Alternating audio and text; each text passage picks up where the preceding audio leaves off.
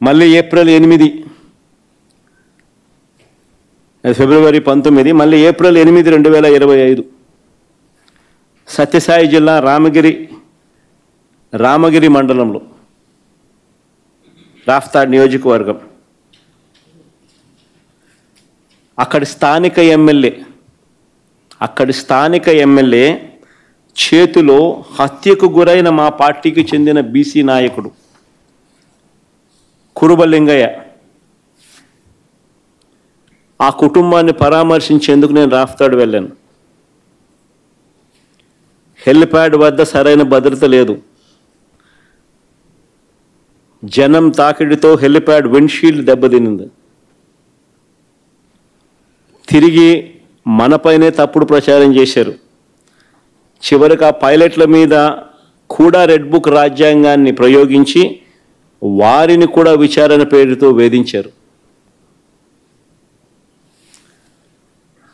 రామగిరిలో నా పర్యటన తర్వాత అక్కడ మా ఇన్ఛార్జ్ తోపుదుర్తి ప్రకాష్ మీద మళ్ళా తిరిగి కేసు పెట్టినారు రివర్స్. మా వాళ్ళను వీరు చంపినా కూడా అక్కడికి మేము వెళ్ళకూడదట, పరామర్శించకూడదట. ధర్మమేనా ఇదని అడుగుతా ఉన్నా.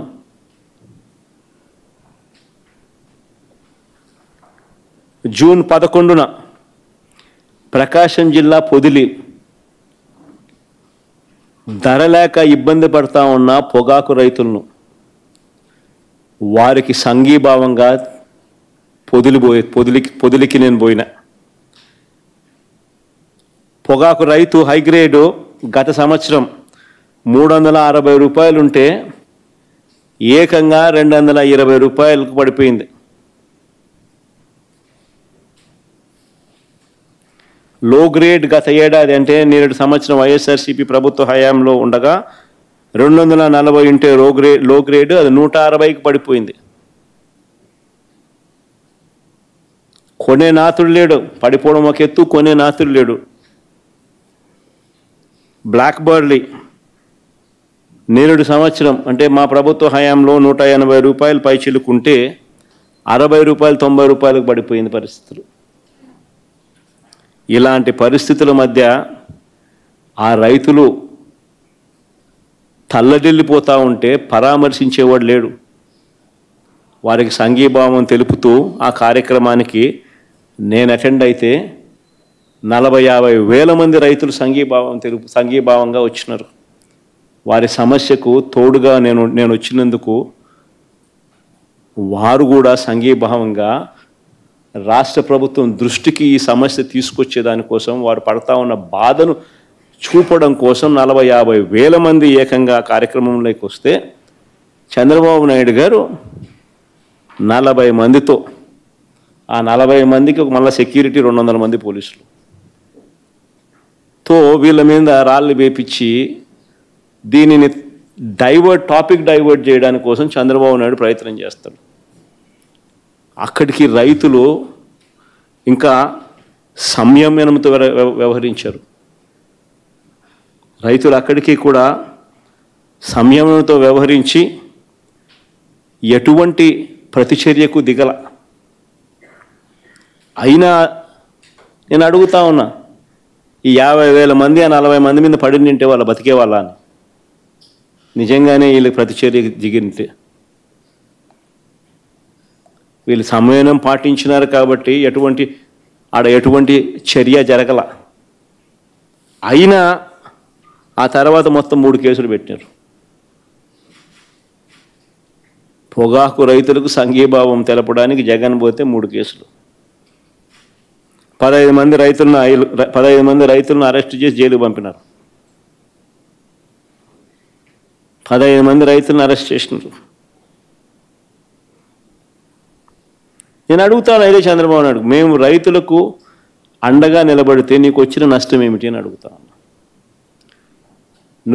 నీ ప్రభుత్వంగా నువ్వు చేయాల్సింది ఏమిటి? నీ ప్రభుత్వంగా నువ్వు చేయాల్సింది చేసి ఉంటే ఈ పరిస్థితి వచ్చి ఉండేదని అడుగుతా ఉన్నా. ఆయన చేయాల్సింది చెయ్యడు.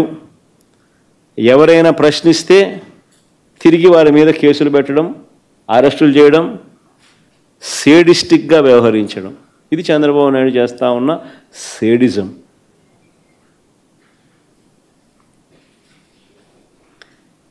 గత ఏడాది పోలీసులు వేధింపులకు గురై ఆత్మహత్య చేసుకున్న మా పార్టీ నాయకుడు కుటుంబాన్ని పరామర్శించేందుకు జూన్ 18వ తారీఖున పల్నాడు జిల్లా సత్తెనపల్లి నియోజకవర్గంలోకి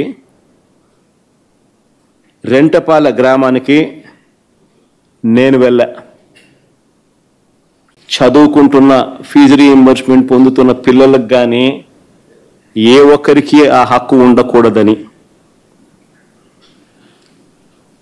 రాష్ట్రంలో తమకు అన్యాయం జరిగిందని రోడ్డెక్కే పరిస్థితి ఏ ఒక్క ఉద్యోగికి ఉండకూడదని, ఏ ఒక్క మహిళకు ఉండకూడదని,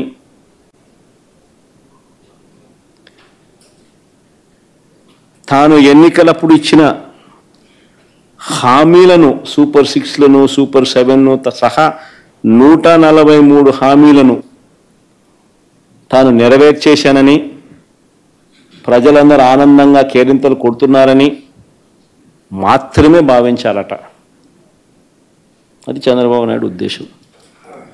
లేదు, కాదు, కుదరదు, ఇది మోసము, అన్యాయము అని ఎవరైనా ప్రశ్నిస్తే తప్పుడు కేసులు,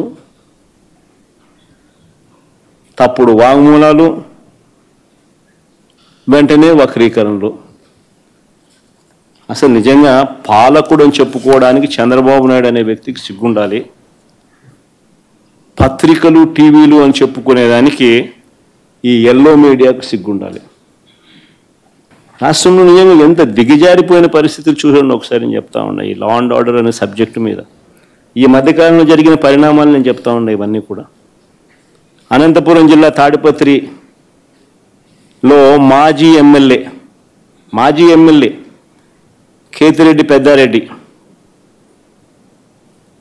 తాను తన సొంత ఇంటికి, తాడిపత్రిలో నియోజకవర్గ హెడ్ క్వార్టర్స్లో తన సొంత ఇల్లు ఉంది, ఆ సొంత ఇంటికి తాను వెళ్ళలేని పరిస్థితి. కోర్టు ఆదేశాలున్నా ఆయన ఎప్పుడు అక్కడికి వెళ్ళాలని ప్రయత్నం చేసినా పోలీసులే అడ్డుకుంటారు. ఆ సిఐ గన్ను కూడా చూపిస్తాడు. ఆ గన్ను చూపించే ఫోటో చూపించమో సరే.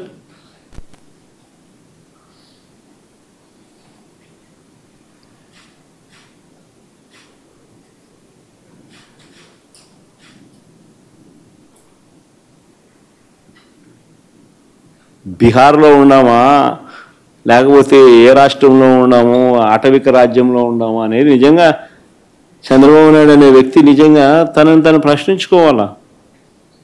ఒక ఎమ్మెల్యే తన సొంత ఇంటికి తాలూకా హెడ్ క్వార్టర్స్లో, ఒక మాజీ ఎమ్మెల్యే తన సొంత ఇంటికి తాలూకా హెడ్ క్వార్టర్స్లో తాను కోర్టు ఆదేశాలున్నా పోలేని పరిస్థితి అంటే, పోలీసులే అడ్డుకుంటా ఉన్నారనంటే, తుపాకులు చూపించి బెదిరిస్తూ ఉన్నారు అనంటే